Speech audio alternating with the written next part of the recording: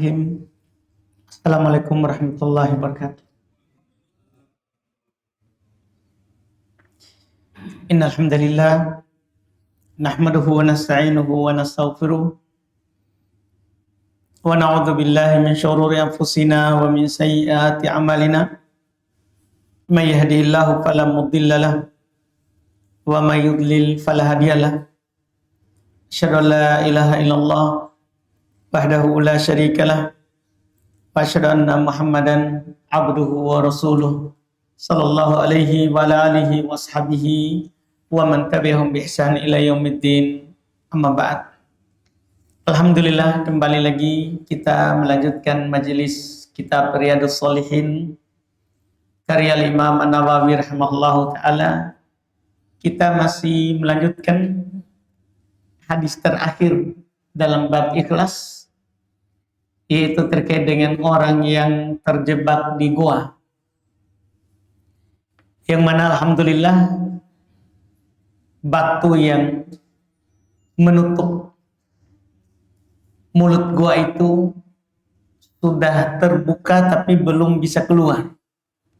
Setelah dua orang berdoa kepada Allah Subhanahu wa taala dan bertawassul dengan amal solehnya. Di hari ini orang yang ketiga, karena tiga orang yang terkurung. Waqala Nabi sallallahu alaihi wasallam wa qala tsalits. Berkata Nabi kita Muhammad sallallahu alaihi wasallam, berkata orang ketiga, yaitu ini orang terakhir. Setelah juga tidak bisa keluar dengan doanya dua orang sebelumnya. Allahumma ista'jartu ajra. Ini lain lagi kisahnya. Kalau yang pertama dia punya dua orang tua, tidak pernah dia dahulukan siapapun atasnya, maka diberikan jalan keluar ketika susah. Kalau yang kedua, dia amalannya sudah mau berzina, dan perempuan itu adalah perempuan yang paling dia sukai. Ketika dia menyerahkan dirinya dan berkata di akhir, bertakwalah kepada Allah, jangan membuka cincin kecuali dengan haknya, dia tinggalkan. Sekarang yang ketiga, Allahumma ista'jartu ajra wa ataituhum ajrahum ghairu rajulin wahidin tarakal ladzi lahu wa dhahab fatamartu ujrahu hatta katarat minhu al-amwal faja'ani ba'da hin faqala ya Abdullah addi ilayya ajri faqultu kullu ma tara min ajrik minal ibil wal baqar wal ghanam waraqi. Faqala ya Abdullah la tastahzi bi. Faqultu la astahzi'u bik. Fa'aqadahu kullahu fastaqahu falam yatruk minhu syai'a. Siapa yang bisa ikhlas kalau begini? Susah ini. Kecuali orang yang dapat hidayah. Allahumma in kuntu fa'altu dhalika ibtigha'a wajhik fafruj 'anna ma nahnu fihi.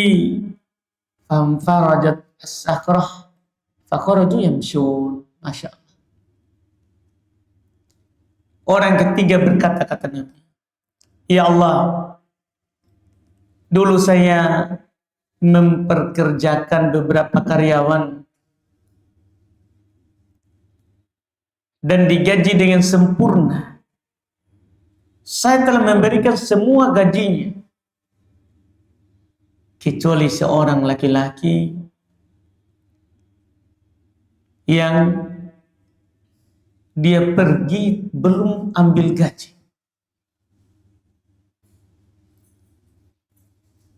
Dia tinggalkan gajinya di saya. Artinya dia pergi tanpa ambil gaji. Kemudian gaji itu katanya saya kembangkan. Ini baiknya ini orang ini. Saya kembangkan gajinya sehingga menjadi banyak. Selang beberapa tahun, orang tadi itu datang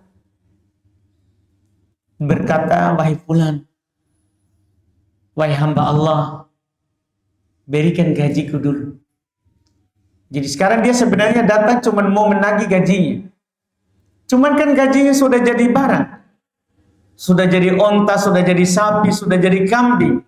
Bahkan dia belikan juga budak-budak untuk mengembalanya. Maka orang itu berkata, semua yang kamu lihat ini, di depanmu ada onta, ada sapi, ada kambing, ada pun juga budak yang mengembalanya. Itu adalah gajimu. Orang tadi bilang, wahai fulan, hamba Allah, jangan main-main, jangan mengejek. Iya, jangan mempermainkan saya. Kan ini gajinya tidak sampai segitu. Makanya dia merasa dia diejek, dipermainkan oleh orang itu. Maka orang tadi bilang, iya, orang tadi berkata kepadanya, iya, saya tidak mempermainkan. Iya, betul itu gaji. Ini juga orang langsung diambil semua. Dengan budaknya diambil. Dia giring itu semua. Pengembalanya diambil semua tadi. Onta, sapi, kambing. Dia bawa semua. Dan orang ini tidak merasa bahwa tidak menghalanginya. Dia tidak bilang, saya sudah kembangkan. Dia tidak bilang, pokoknya langsung diambil tanpa protes juga. Setelah itu baru dia berkata, ya Allah, jika saya melakukan perbuatan itu karena mengharap wajah-Mu, yaitu amalan itu saya lakukan karena ikhlas.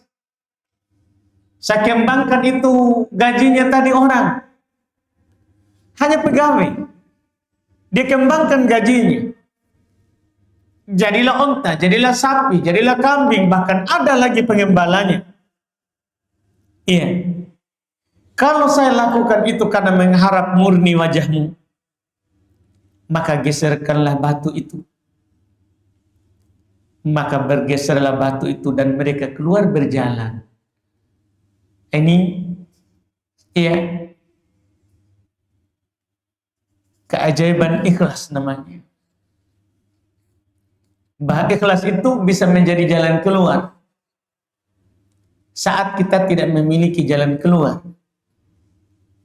Ikhlas itu dari tiga kisah orang ini, tiga orang ini, ada faedah yang kita bisa dapatkan bahwa ternyata berbuat baik itu kebaikannya bukan yang kita hanya dapat di akhirat. Ternyata manfaat dari amalan yang pernah kita lakukan itu bisa berdampak pada dunia kita. Sebagai pendukung, ini kisah nyata. Terjadi di tahun 700-an Hijriah. Ini kan orang sebelum kita. Al-Imam Syaukani rahimahullah menukil sebuah kisah nyata di masanya. Ada orang soleh, dia bangun masjid. Kemudian kalau dia ke masjid, dia bawa makanan dan lampu. Kalau ada orang, dia kasih orang. Kalau tidak ada, maka dia makan sendiri. Itu yang dilakukan terus. Ini kisah 700-an tahun Hijriah. Maka suatu ketika dia bersepakat dengan anak-anaknya untuk bangun gali sumur. Mereka pun menggalinya. Mereka pun menggali. Bapaknya di bawah yang sering ke masjid tadi, anak-anaknya yang menari dari atas. Tanahnya longsor. Itu sumur. Tertimbullah bapaknya. Setelah dalam penggalian, anak-anaknya bilang, biar saja ini kuburannya bapak. Jadi mereka tidak gali lagi ayahnya. Sudah menjadi kuburannya saja itu. Iya. Setelah itu lewat. Mereka membiarkan terkubur. Iya. Berlalu bertahun-tahun. 5 tahun, 6 tahun, 7 tahun. Berlalu. Tiba-tiba mereka mendapatkan musim kemarau panjang. Sehingga membutuhkan lagi gali sumur. Dia galilah di tempat tadi dengan anggapan hancur mini bapak. Sudah hancur ini. Biasanya orang kalau sudah bertahun-tahun begini hancur. Sudah tidak ada lagi jasadnya. Akhirnya mereka putuskan untuk menggali dulu di tempat. Karena kan kalau sudah pernah digali kan mudah. Tanahnya sudah bukan lagi tanah keras karena kan hanya longsor dari pinggir. Mereka galilah. Ayahnya masih hidup. Itu kisah jadi dijadikan sebagai materi khutbah Jumat di masa itu. Ternyata masih hidup. Keluar hidup. Waktu longsor ternyata ada kayu yang menahan itu tanahnya sehingga dia tidak tertimbun. Tapi kan yang aneh bukan itu. Kalau kayu tertahankan, bukan orang meninggal ada toy kayu itu ditahan. Bukan itu. Bukan hanya itu. Itu sudah keajaiban namanya itu. Kayu tertahan tapi kan ada sebab ceritanya. Kan pasti mati. Ini bertahun-tahun ini. Iya. Ditanyalah oleh orang-orang, gimana bisa hidup? Dia bilang, itu makanan yang saya sering bawa ke masjid. Itu yang datang setiap hari kepadaku. Dan lampunya. Dan saya tahu kalau sudah malam, datang itu lampu. Kan dia kalau maghrib, kalau ke masjid, bawa lampu dan makanan. Datang itu. Baik. Ini kebaikan, dari sinilah kebaikan sedekah itu. Jika kita ikhlas, bukan hanya di akhirat. Bahkan dunia. Nah ini, lihat 3 orang tadi itu. 3 orang tadi. Terbuka, bergeser sendiri. Batunya. Padahal ini sudah bisa putus asa ini. Tidak ada yang bisa membantunya.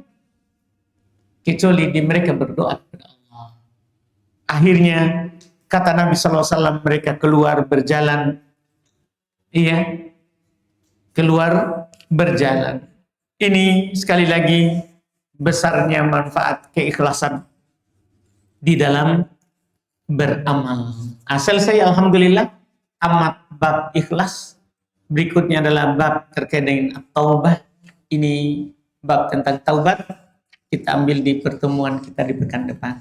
Sisanya boleh kita pakai berdiskusi. Silakan kalau ada yang ingin ditanyakan atau ingin didiskusikan bersama di kesempatan ini.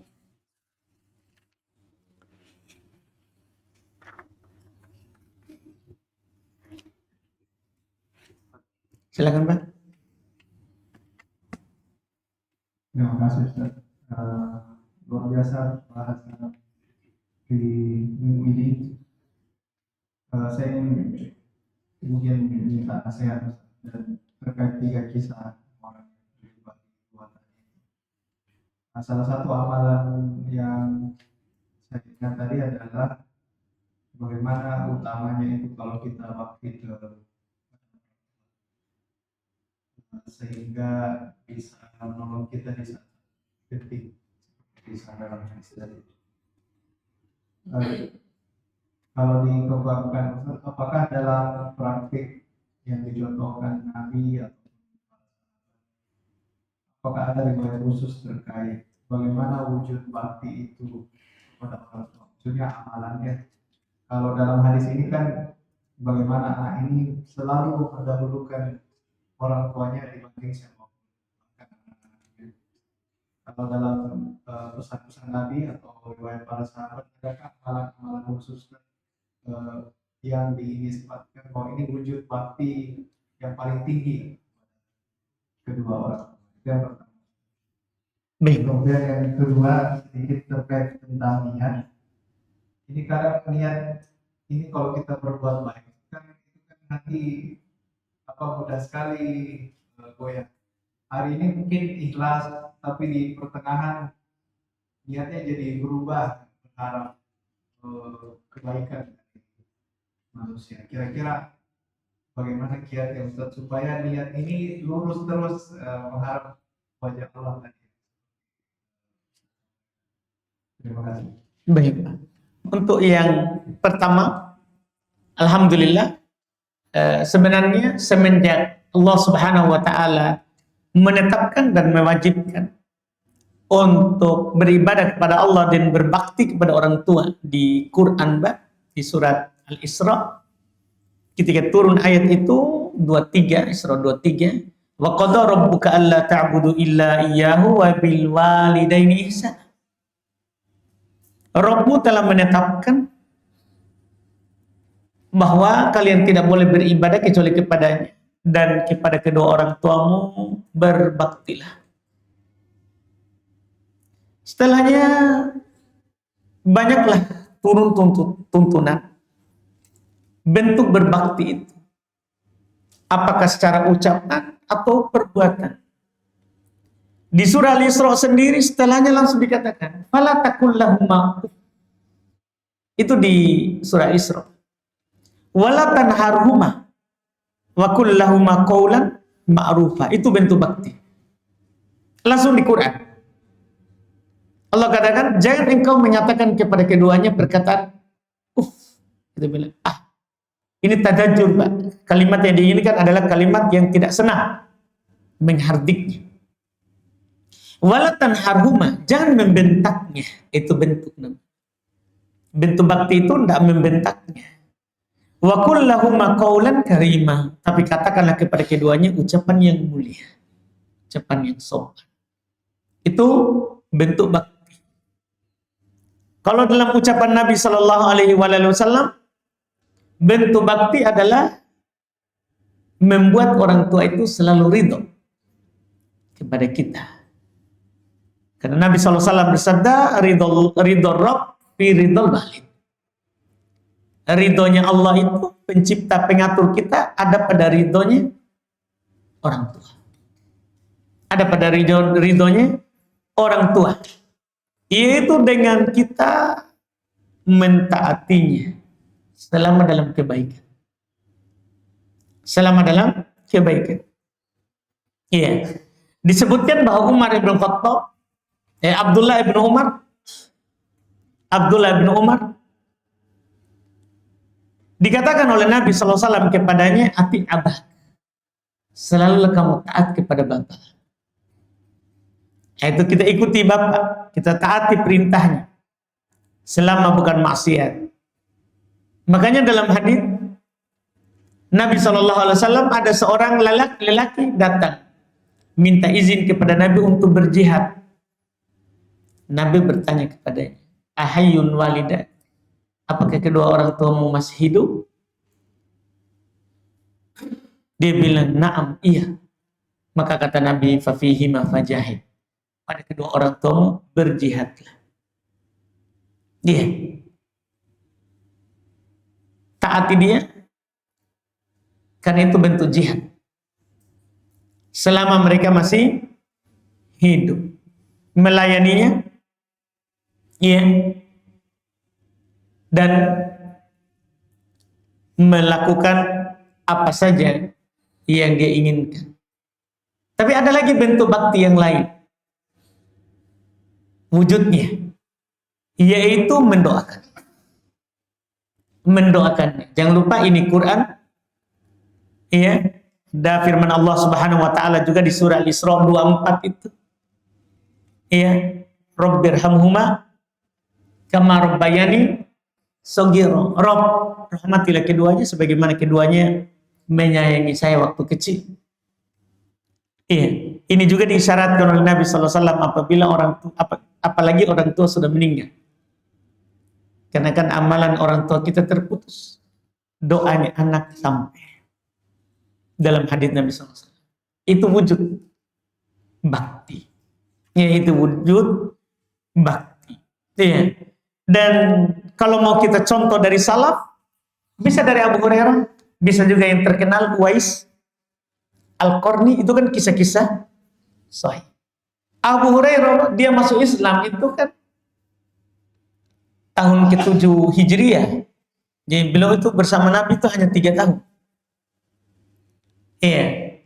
Dia masuk Islam itu setelah perang Khaybar. Tapi dia masuk Islam, ibunya belum. Ibunya belum. Iya. Maka dia mengajaknya ke Islam. Singkat cerita, dia masuk Islam. Singkat cerita. Iya. Masuk Islam. Dan Nabi SAW wafat. Iya. Setelahnya. Tapi ketika Nabi wafat, jadi ibunya dulu Abu Hurairah itu tinggal di daerah Mikot. Bagi yang pernah umroh, Mikot Bir Ali itu. Daerah situ dia. Dzul Hulaifah tinggal. Ibunya. Iya, tinggal di situ, daerah situ. Itu Abu Hurairah. Tidaklah lewat situ karena beliau di Madinah. Di dalam untuk mengajar di masjid hadis. Tidak pernah beliau lewat kecuali salam dulu kepada ibunya. Dan mendoakan ibunya yang masih hidup. Iya. Mendoakan ibunya. Masih hidup. Setelah meninggal apa lagi? Saat masih hidup selalu dia datang doakan ibunya. Salam kepadanya dan mendoakan kebaikan kepadanya. Uwais Al-Qarni tentunya itu kisah terkenal. Iya. Walaupun dia bukan sahabat, tapi beliau terkenal dengan baktinya kepada ibunya. Bahkan sebenarnya Uwais Al-Qarni itu hidup di masa Nabi. Cuman dia bukan sahabat karena tidak sempat lihat Nabi. Gara-gara ibunya. Karena ibunya. Dia kan penduduk Yaman. Dia ini hidup di masa Nabi. Islam di masa Nabi. Tetapi tidak ketemu Nabi. Sehingga bukan sahabat. Bukan sahabat. Yang menghalanginya apa? Ibunya. Ketaatannya. Pelayanannya kepada ibunya. Membuat dia tidak bisa kesini. Itu diantara kisah yang terkenal. Dan banyak hal itu yang semisal dengannya. Dari para sahabat. Dan dari golongan tabi'in, atba'ut tabi'in, banyak. Allah alam. Kemudian pertanyaannya, kedua tadi, ya tentunya alhamdulillah semua kita paham itu. Dan memang Nabi SAW mengisyaratkan bahwa hati itu kan bolak-balik. Kadang semangat, kadang tidak, kadang ikhlas, kadang tidak. Gimana caranya supaya menjaga itu? Tentunya di antara yang diisyaratkan oleh Nabi SAW berdoa supaya hati itu tetap di atas ketaatan, di atas keikhlasan. Doa.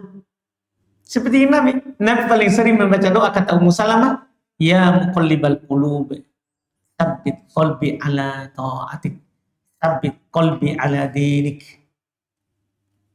Ya wahai Allah yang maha membolak-balikan hati. Kuatkan, kokohkan hatiku di atas agama. Kokohkan hatiku di atas ketaatan kepada. Di lafaz lain, ya musarrifal qulub, sarrif qalbi ila ta'atik. Wahai yang maha mengarahkan hati. Arahkan hatiku kepada ketaatan kepadamu. Doa. Nabi saja sering sekali berdoa dengan doa. Pentingnya supaya hati itu tetap ikhlas. Nah, itu diantara hal pokok. Wallahu a'lam. Ada lagi? Silakan. Mengenai tawasul. Tawasul misalnya saya mau ujian besok, saya mau tawasul sedekah itu bagaimana caranya? Dulu atau sebelum menghadapi ujiannya?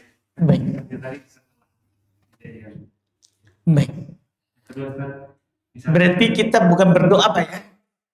Beramal supaya lolos. ya, Itu ini lebih mirip begitu kan? Ya. Kalau kan kisah ini kan bertawasul. Bertawasul itu kan Pak berdoa. Berdoa dengan perantaran amalan yang pernah dilakukan. Kalau ini kita bukan bertawasul namanya, yaitu beramal karena ada yang kita mau.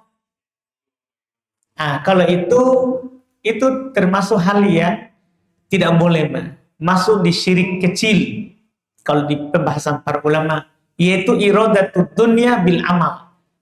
Beramal dengan menginginkan dunia. Itu mirip ria, Pak. Itu saudaranya ria. Iya. Ria kan mau dilihat oleh orang. Itu ria, Pak. Tapi ada lagi namanya, bukan ria, tapi beramal tidak mau dilihat, tapi beramal supaya dapat dunia. Nah, ini juga tidak dapat pahala. Itu bukan amalan yang ikhlas, Pak. Bukan amalan ikhlas. Beramal saja.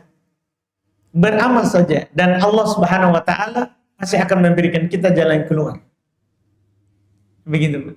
Nah, itu tadi iradatul amal di dunia. Masuk di para ulama memasukkannya di pembahasan akidah, Pak, itu karena berbahaya terhadap amalan. Begitu. Ini kan sebenarnya mirip juga dengan nada. Cuman ini beramal dulu mengharapkan supaya dikasih jalan keluar dalam ujian. Begitu. Nadar itu ujian bernadar saja, berjanji saja belum dilakukan. Berjanji kalau dapat ini akan begini. Mirip ini, Pak. Cuman yang tadinya sedekah dulu untuk dapat ini. Nadar saja, Pak. Kalau itu nadar taat, sebaiknya jangan dilakukan. Tidak dianjurkan. Kalau berhasil, beramal saja. Kan begitu. Dalam rangka mensyukuri nikmat. Tidak perlu kita janjikan. Karena kata Nabi, innama an-nadru yastakhriju minal bakhil. Nadar itu hanya mengeluarkan orang dari kekikiran. Hadapi dikasih baru kita beramal. Nah, itu mirip itu tadi, Pak. Nadar saja tidak disarankan kalau begitu. Karena kikir sebenarnya tidak mau ini bersedekah. Tapi kan ada mau tak bersedekah. Atau ada kemauan tak tercapai bersedekah. Nah, ini tidak disarankan. Begitu. Beramal saja ikhlas. Nanti insya Allah tidak mungkin Allah tidak melihat kita. Wallahu a'lam. Ada lagi? Satu lagi.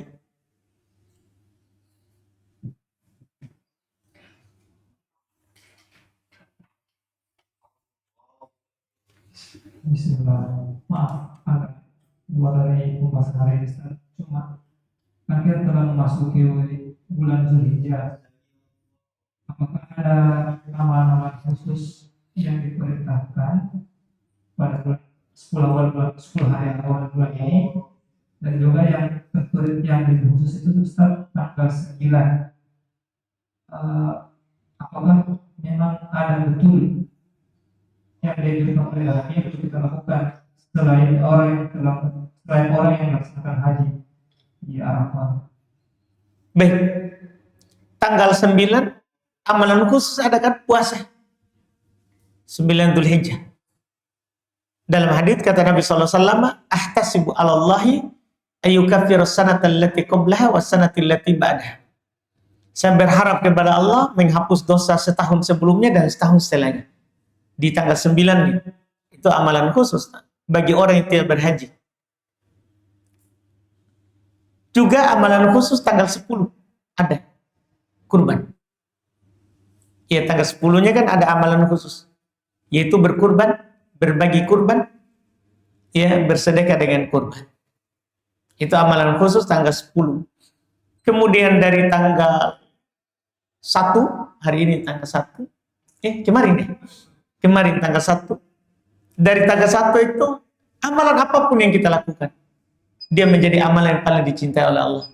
Sama dengan kita taklim ini, kalau kita semuanya ikhlas, ini kan amal soleh.